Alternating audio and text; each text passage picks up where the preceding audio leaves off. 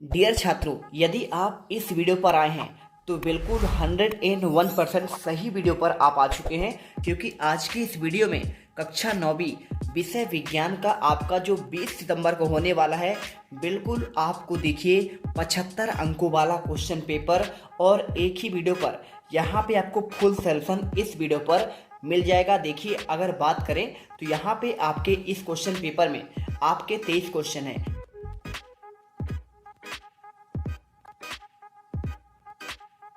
हमने आपको ऑब्जेक्टिव का आंसर पहले ही आपको दे दिया है। यदि आपने नहीं देखा है तो एक बार देख लो। पदार्थ की कितनी अवस्थाएं होती हैं, तो आपको आंसर आपको 3 लगाना है। सेकंड क्वेश्चन देखिए, एक कोशिकी से 2 कोशिकी का बनना कहलाता है, तो आपको देखिए आंसर कोशिका आपका विभाजन करना है। मोमबत्ती का जलना क्या है, तो देखिए केवल आपका रासायनिक परिवर्तन है। क्वेश्चन चौथा देखिए, किसी वस्तु के वेग में परिवर्तन की दर क्या कहलाता है, आंसर आपको यहाँ पे त्वरण करना है। पांचवा देखिए, निम्नलिखित में से किन तत्वों की परमाणुकता 2 होती है, तो आंसर देखिए आपका ऑक्सीजन और आपका हाइड्रोजन होगा। एक तत्व के समस्थानिक कितने होते हैं, तो आपका देखिए न्यूट्रॉन की अलग अलग आपकी संख्या। इसके बाद देखिए आपका यहाँ पे आता है रिक्त स्थान वाले क्वेश्चन। क्या पूछा गया, बर्फ का गलनांक कितना होता है, 273 केल्विन होता है। इसी के साथ देखिए बर्फ, जल तथा जलवाष्प के कौन से गुण आपके होते हैं, समान होते हैं, रासायनिक गुण। समसूत्री विभाजन में कौन सी कोशिकाएं होती है, तो आपका कायिक हो जाएगा। गति की मापन इकाई क्या है, देखिए तो आपका यहाँ पे हो जाएगा एमएस हो जाएगा। ठीक है, आप यहाँ पे देख सकते हैं इन सभी का आंसर। देखिए क्वेश्चन आपका जो दो दिया ना रिक्त स्थान वाले क्वेश्चन, तो इसका आंसर देखिए आपको यहाँ पे देखने को मिल जाएंगे। पूरे क्वेश्चन का आंसर देखिए, इसका रासायनिक, तीसरे का आपका कायिक, चौथे का आपका एम मीटर प्रति सेकेंड, चौथे का आंसर देखिए बहुपरमाणुक आयन, और पांचवे का आंसर आपका यहाँ पे परिवहन हो जाएगा।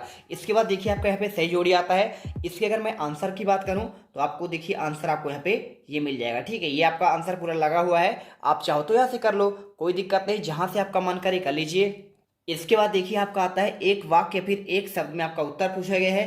तो अगर देखिए इसका आंसर की बात करूं मैं, तो सभी के आंसर देखिए पूरे 6 के 6 क्वेश्चन के आंसर आपको जो है यहाँ पे सामने दिए गए हैं। 300 केल्विन तापमान का डिग्री सेल्सियस में क्या मान होगा, तो आपका 27 डिग्री।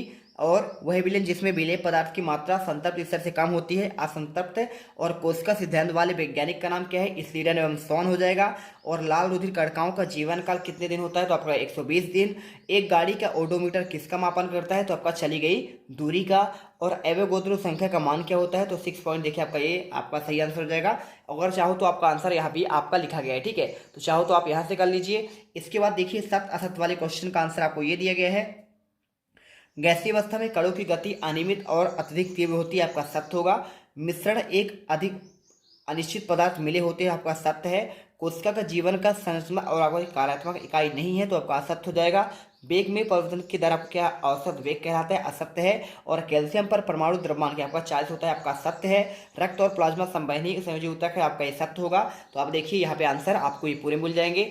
इसके बाद चलते देखिए क्वेश्चन नंबर 6, ठोसों की अपेक्षा में द्रवों में विसरण की दर अधिक क्यों होती है और उधर पतन किसे कहते हैं। इसके अगर मैं आंसर की बात करूं, देखिए क्वेश्चन 6 का आंसर आपको यहाँ पे ये मिल जाएगा। ठीक है, तो आप क्वेश्चन 6 का आंसर आप यहाँ देखिए, ठोसों की अपेक्षा द्रव्यों में विसरण की दर अधिक होती है। ऐसा इसलिए है क्योंकि द्रव अवस्था में पदार्थ के कण स्वतंत्र रूप से गति करते हैं, और ठोस की अवस्था द्रव के कणों में रिक्त स्थान आपके अधिक होते हैं। उधर पातन देखिए 6 का क्वेश्चन, उधर पातन की प्रक्रिया में द्रव अवस्था नहीं होती है, परंतु उधर पातन वह प्रक्रिया है जिसमें किसी ठोस पदार्थ को गर्म करने पर सीधे द्रव में ठंडा होने पर आपका अवस्था में आ जाता है। ठीक है, जैसे कपूर और आपका नेफ्थलीन हो जाएगा। बिल्कुल टेंशन मत लीजिए, हर जिले पर आपको यहाँ से क्वेश्चन देखने को मिलेगा, अथवा सहित आप पढ़ते जाइए। परमाणु से क्या समझते हैं, परमाणुविक आयन क्या कहलाता है, देखिए आंसर आपको हो जाएगा।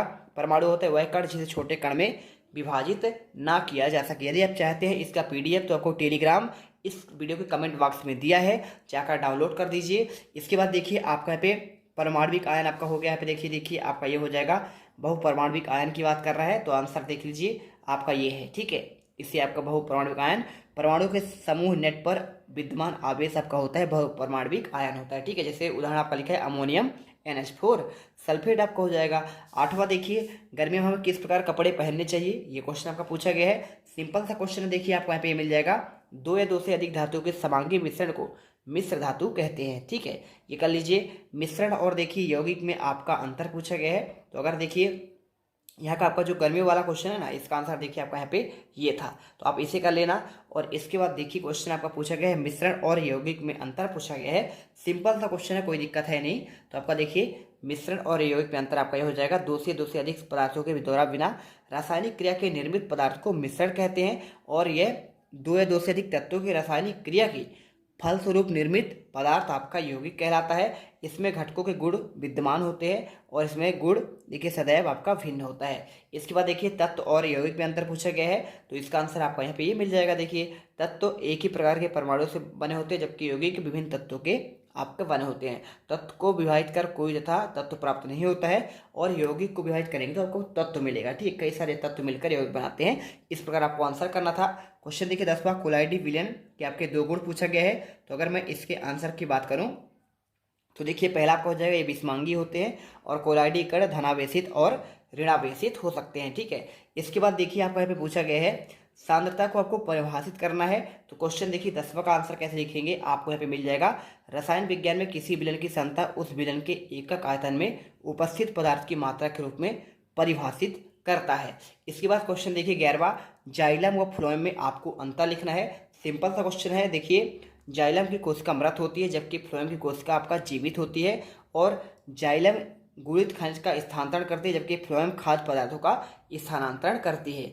अथवा का देखिए क्वेश्चन देखिए क्या लिखा है, श्वेत रुधिर कणिकाओं में सिपाही क्यों कहा जाता है। सिंपल सा क्वेश्चन देखिए, आपको आंसर यहाँ पे श्वेत रक्त कणिकाएं शरीर के रक्षक है और ये प्रतिरोधियों के निर्माण करती है। जब कभी शरीर में रोग फैलाने वाले रोगाणु प्रविष्ट हो जाते हैं तो उन्हें कोई चोट लग जाती है, तो रोगाणुओं को भक्षण कर लेते हैं, तब इन्हें शरीर का सैनिक कहा जाता है। इसके बाद देखिए 12वां क्वेश्चन, एक समान गति किसे कहते हैं। अगर मैं इसके आंसर की बात करूं तो ऐसी गति जिसमें एक वस्तु समान अंतराल पर समान दूरी तय करती है, एक समान गति कहलाती है। ठीक है, अथवा का देखिए यहाँ पे क्या पूछा गया है, यहाँ पे त्वरण किसे कहते हैं। तो इसका आंसर देखिए, किसी वस्तु के वेग में परिवर्तन के आपका दर जो होता है त्वरण कहलाता है।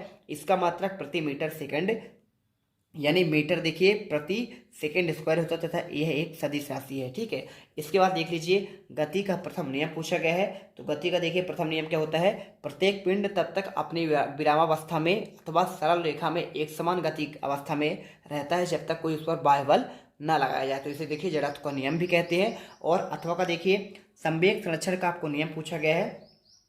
तो देखिए यहाँ पे आपको लिखना पड़ेगा, यदि किसी निकाय पर कोई बाह्य बल कार्य न कर रहा हो तो निकाय का कुल संवेग आपका जो है नियत रहता है। और देखिए संवेग को ना ही उत्पन्न किया जाता है और ना ही नष्ट किया जाता है, केवल एक रूप से दूसरे रूप में आपका परिवर्तित हो सकता है। क्वेश्चन देखिए 14 नंबर का, कार्बन और सोडियम के परमाणु के लिए इलेक्ट्रॉन का वितरण आपको पैरेनकाइमा और कोलेनकाइमा में आपको अंतर बताना है। तो देखिए आपका ये हो जाएगा, कार्बन परमाणु आपका देखिए आपका इसका परमाणु संख्या क्या 6 होता है, और इलेक्ट्रॉन वितरण देखिए पहले कक्षक में आपका 2 जाएगा इलेक्ट्रॉन और दूसरे वाले में आपका 4 जाएगा, 4 2 6 हो जाएगा। सोडियम का देखिए परमाणु संख्या कितना होता है, 11 होता है। ये कैसे जाएगा, पहले 2 जाएगा पहले कक्षा में, फिर दूसरे कक्षा में आपका 8 जाएगा, 8 2 10 हो गया, बचा कितना आपका 1 बचा, तो आपका ये हो जाएगा। इसके बाद देखिए पैरेनकाइमा और आपका कोलेनकाइमा में आपको अंतर बताना है। इसकी कोशिका भित्ति पतली होती है और इसकी कोशिका भित्ति आपका देखिए कोनों पर मोटी होती है। भित्ति सेलुलोज की बनी होती है और इसका भित्ति देखिए आपका पेक्टिक पदार्थ की बनी होती है। 15वां देखिए क्या दिया गया है, गुरुत्वाकर्षण का सार्वत्रिक आपका नियतांक पूछा गया है, कैसे करेंगे। तो देखिए आपको आंसर आपको ये मिल जाएगा। देखिए दुनिया का हर पिंड दूसरे पिंड को पूरी शक्ति से अपनी ओर खींचता है और बस दोनों वस्तुओं का भार गुणनफलों के समानुपाती होता है। यही उसके बीच में दूरी के वर्ग के आपका देखिए व्युत्क्रमानुपाती होता है। तो आपको आंसर करना है। और इसके बाद देखिए आपका यहाँ पे गुरुत्वाकर्षण का सर्वाधिक नियतांक, इसका तो आपका हो गया। इसका देखिए क्यों कहा जाता है, तो न्यूटन के गुरुत्वाकर्षण के नियम के अनुसार सार्वभौमिक माना जाता है, क्योंकि पूरे ब्रह्मांड पर लागू माना जाता है। और ऐसा इसलिए कहा जाता है क्योंकि द्रव्यमान वाले सभी पिंडों जैसे सूर्य, चंद्रमा, पृथ्वी या सेब पर लागू होते हैं और पिंड एक ही नियम द्वारा शासित होंगे, जो न्यूटन के गुरुत्वाकर्षण की आपका नियम कहलाती है। 16वां देखते हैं। देखिए विभज्योतक कोशिकाओं की 2 आपको विशेषताएं बतलानी है। क्या आपको आंसर देना देखिए, या फिर आपका रक्त के 2 कार पूछा गया है। तो देखिए विभज्योतक की कोशिकाएं पतली भित्ति, सघन कोशिका द्रव और स्पष्ट केंद्रक वाली रिक्तियां विहीन होती है। आपको ये उत्तर लिख देना है। अथवा का देखिए आपका यहाँ पे पूछा गया है आपका रक्त के बारे में। देखिए रक्त शरीर के ऊतकों की ऑक्सीजन और आवश्यक पोषक तत्व जैसे वसा, शर्करा, खनिज और विटामिन पहुंचाता है।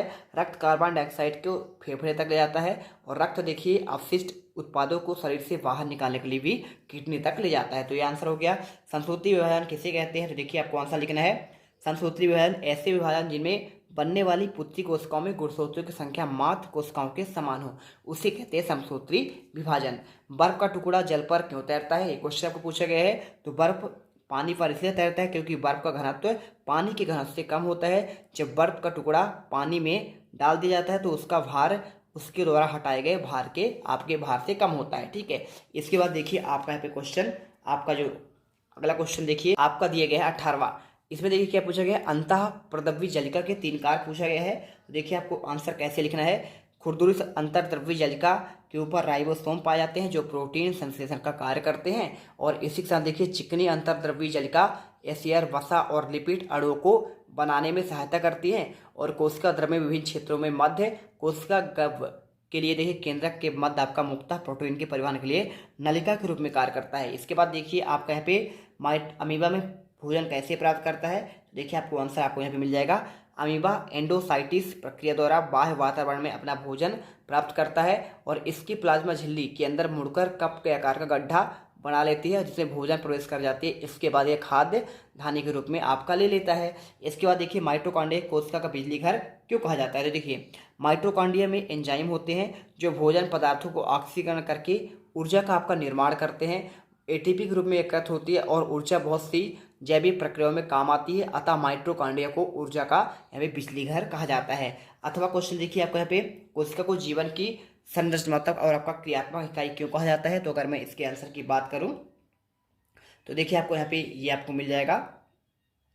कोशिका सभी जीवों की मूल इकाई होती है और इसकी रचना अनेक कोशिकाओं के द्वारा होती है। कोशिकाओं की आकृति आकार उनके विशेष कार्यों के अनुरूप होता है। कोशिकाओं के कारण ही कई कोशिका जीवित रहती हैं और सभी कार्य करती हैं, इसलिए कोशिका को जीवन की संरचनात्मक और आपका क्रियात्मक इकाई भी इसे कहा जाता है। क्वेश्चन देखिए आपका जो 20वां दिया गया है, अणु और परमाणु में आपका अंतर पूछा गया है, यानी एटम और आपका अणु में अंतर। और या फिर डाल्टन का परमाणु सिद्धांत के 3 आपको विशेषता बतलानी है। तो देखिए आपको ये हो जाएगा, वे किसी तत्व के सूक्ष्मकण होते हैं जैसे स्वतंत्र रूप से पाए जाते हैं और नहीं भी पाए जाते हैं। कौन से आटम, यानी आपका परमाणु।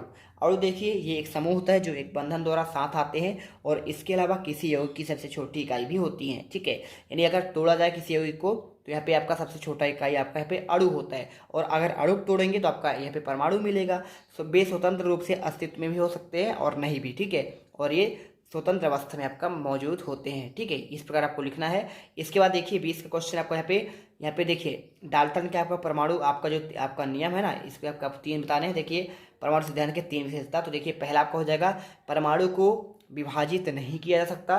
किसी भी रासायनिक अभिक्रिया के दौरान परमाणु को न तो उत्पन्न किया जा सकता है और ना ही इसे नष्ट किया जाता है। किसी एक तत्व के सभी परमाणु आकार, द्रव्यमान आदि गुणों को एक दूसरे के समान होते हैं। और इसी के साथ देखिए आपका यहाँ पे पादप कोशिका और इसका नामांकित चित्र भी बनाना है या फिर आपका जंतु कोशिका का नामांकित चित्र बनाना है। आंसर कैसे लिखेंगे देखिए मैं आपको बता रहा हूँ यहाँ पे। तो देखिए आपको यहाँ पे आंसर जो है आपको ये चित्र बनाना है। केंद्रक हो जाए, कोशिका द्रव हो जाए, गाल्गी इकाई, कोशिका भित्ति, प्लाज्मा झिल्ली, क्लोरोप्लास्ट। आपको इस प्रकार से आपको पूरा चित्र बनाना है और आपको इसमें लिखना भी पड़ेगा। रिक्तिका, माइटोकॉन्ड्रिया, अंतःप्रतिविजलिका, पादप कोशिका को लिख देना चित्र में और गाल्गी इकाई, आपको ये सारी चीज़ें लिखना है। देखिए अब आपको जंतु कोशिका का नामांकित चित्र बनाना है तो बिल्कुल आप अथवा से पढ़ लीजिएगा, इससे बाहर क्वेश्चन आपका जाएगा ही नहीं। ठीक है, ये आपका देखिए जंतु कोशिका का प्लाज्मा झिल्ली आपको यहाँ पे दिया गया है, सेंट्रोसोम दिया है, गाल्गी इकाई दिया है, कोशिका द्रव्य, माइटोकॉन्ड्रिया, अंतःप्रतिविजलिका, केंद्रक, क्रोमैटिन और अंतःप्रतिविजलिका, रिक्तिका और आपका राइबोसोम, केंद्रक छिद्र, केंद्रक झिल्ली और आपका केंद्रक। ठीक है, और आपका ये देखिए गाल्गी इकाई है। तो इस प्रकार आप आंसर कर लेंगे। 22वां देखिए पादप कोशिका और जंतु कोशिका में आपको यहाँ पे अंतर बताना है। ठीक है, 4 अंतर देखिए। पादप कोशिका में देखिए पादपों में पाई जाती है, जबकि जंतु कोशिका आपका जंतुओं में पाई जाती है। पादप कोशिका में कोशिका भित्ति उपस्थित होता है और जंतु कोशिका में कोशिका भित्ति उपस्थित नहीं होता है। और पादप कोशिका हरित लवक पाए जाते हैं, पाए जाएंगे बिल्कुल, और जंतु कोशिका में हरित लवक नहीं पाए जाएंगे। पादप कोशिका में बड़ी रिक्तिकाएँ होती हैं और जंतु कोशिका में छोटी रिक्तिकाएँ आपकी होती हैं। इसी के साथ देखिए आपका 8वां क्वेश्चन आपको ये दिया गया है आपका न्यूमेरिकल। इससे आप हल जो है आपको ऐसे करना पड़ेगा। ठीक है, तो इसे कर लीजिएगा पूरा अच्छे तरीके से और आपका यहाँ पे तुरंत आ जाएगा 0.018 प्रति देखिए मीटर प्रति सेकेंड स्क्वायर। ठीक है, और 23वां देखिए निम्नलिखित तापमान को सेल्सियस में आपको चेंज करना है। चेंज कैसे करेंगे देखिए, तो यहाँ पे चेंज करेंगे 300 केल्विन को। देखिए तो क्या हो जाएगा, 300 केल्विन 273 माइनस करेंगे 27 डिग्री आ जाएगा। और सेल्सियस को देखिए कैसे आपको बदलना है, 573 को देखिए 273 माइनस करेंगे तो 300 डिग्री आपका पे आंसर निकल कर आ जाएगा। तो इसका आपका देखिए 300 डिग्री, यानी कितना आ जाएगा देखिए 300 डिग्री, इसका आपका 27 आपका डिग्री सेल्सियस आ जाएगा। वाष्पीकरण की दर को प्रभावित करने वाले कारक बताने हैं, तो यहाँ पे आपको आंसर देखिए आपको यहाँ पे ये मिल जाएगा। तो इस प्रकार देखिए आपको यहाँ पे क्वेश्चन 23 की अथवा का आंसर, यहाँ पे पदार्थ के कण सदा गतिशील रहते हैं और निश्चित तापमान पर उनके कणों में गतिज ऊर्जा होती है, जिस कारण वाष्पीकरण होता है। निम्नलिखित कारकों में इनकी दर प्रभावित होती है। तो इस प्रकार पूरा आंसर देखिए, पहला पॉइंट, दूसरा पॉइंट, तीसरा पॉइंट और आपका चौथा पॉइंट में आंसर कर देना है। ठीक है, तो हमने देखिए पूरा आपको यहाँ पे आंसर हमने आपको प्रोवाइड करा दिया है और आई होप आपने हर एक क्वेश्चन का आंसर यहाँ पर आपने देख लिए है और बेहतरीन तरीके से आप पूरे 75 में से 75 नंबर ला सकते हैं। यहाँ पे 20 सितंबर के पेपर में मिलते हैं नेक्स्ट वीडियो पर। इससे पहले वीडियो को लाइक कर दीजिएगा, चैनल को आपको सब्सक्राइब जरूर कर लेना है। जय हिंद, जय भारत।